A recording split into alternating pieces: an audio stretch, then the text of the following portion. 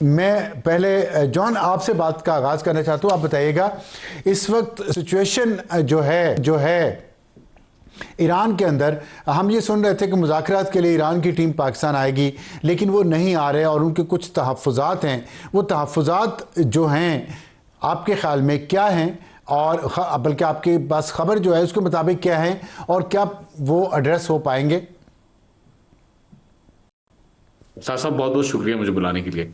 देखिए, पाकिस्तान ने first of all बहुत अच्छा किरदार निभाया है कि वो इस वक्त इन टफ टाइम्स में जंग में पूरी कोशिश कर रहा है कि किसी तरीके से जंग बंद हो। और बहुत अच्छी बात है, मीडिएशन करानी चाहिए। बट मसला यहाँ ईरान से ये आ रहा है, और जिस वजह से ये सक्सेसफुल नहीं हो पा रही निगोसिएशंस, वो ये है कि बिल्कुल 15 नुकात यूएस की तरफ से पाकिस्तान के थ्रू पहुंचाए गए ईरान को, लेकिन ईरान ने उनको मना करके 6 पॉइंट्स अपने जो है वो जो पहले रिफॉर्म कर चुके थे, उन्हीं 6 पॉइंट्स को दोबारा पाकिस्तान के थ्रू भिजवा के अमेरिका को दिए।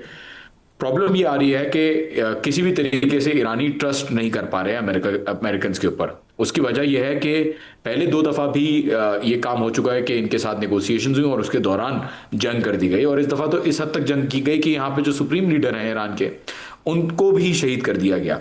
तो मेरे पास जो खबर है, और ये स्टेटमेंट जो दिया ईरान ने, जिस ऑफिशियल ने ये स्टेटमेंट दिया है, उन्होंने ये भी कहा है, साथ साथ 3 चीजें कही उन्होंने कि ये यूनाइटेड स्टेट्स क्यों कर रहा है ये निगोशिएशंस। पहली चीज ये है कि they want to be seen as the peace makers, मतलब ट्रंप को एक पीस मेकर की शक्ल दिखानी है, उसको अपनी जो है वो इज्जत बचानी है उस सेंस में।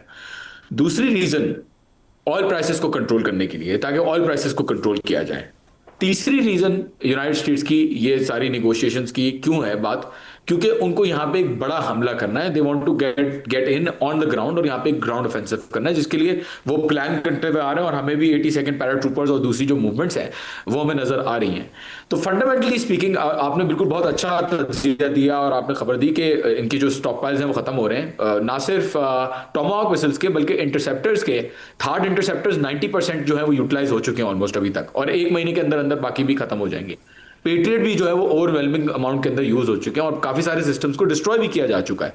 तो बॉइलिंग पॉइंट पे इस वक्त अमेरिका और इसराइल आ गए, उनको कोई ऑफ रैंप नहीं मिल रहा है। And at the same time वो या तो जाहिर सरेंडर क्योंकि नहीं कर सकते, तो वो ग्राउंड ऑफेंसिव मोर लाइकली है कि वो करें। लेकिन ईरान उनके ऊपर बिल्कुल भी भरोसा करने के लिए तैयार ठीक। नहीं, क्योंकि कोई गारंटी नहीं है